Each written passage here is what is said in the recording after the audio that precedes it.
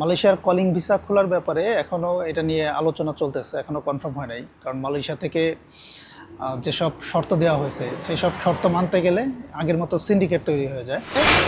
আমরা রিক্রুটিং এজেন্টের সাথে কথা বলে এই শর্তগুলোর কথা জানিয়েছি যে এগুলি মিট আপ করা সম্ভব না, এবং এগুলি মিট আপ করতে গেলে এখানে সিন্ডিকেট হবে। আবার অল্প কয়েকটা বড় শুধুমাত্র রিক্রুটিং এজেন্ট সুযোগ পাবে, আমরা সেটা চাই না।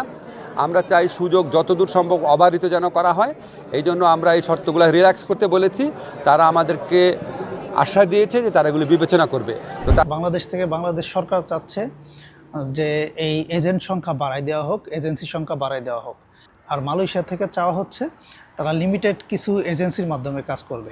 যদি খুব অল্প সংখ্যক এজেন্সির মাধ্যমে কাজ করানো হয় তো সেক্ষেত্রে মানে সিন্ডিকেট তৈরি হয়ে যাবে। বাংলাদেশে তো সিন্ডিকেট তৈরি হবেই, সেক্ষেত্রে বাংলাদেশ থেকে একজন লোক মালয়েশিয়াতে আসতে খরচের পরিমাণও বেড়ে যাবে। তো এই জন্য এটা নিয়ে আসলে বাংলাদেশ সরকার থেকে চেষ্টা করতেছে যে এই এজেন্সি সংখ্যা বাড়ানোর জন্য।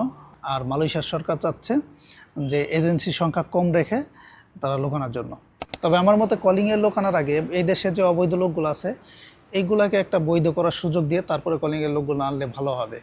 বাট এটা তো আসলে বাংলাদেশ সরকারের কিছু না, এটা আমরা যতই চাই এটা হবে না। এটা মালয়েশিয়া সরকার যেভাবে চায় ওইভাবে হবে। তো সবাই ভালো থাকেন, সুস্থ থাকেন, আল্লাহ হাফিজ।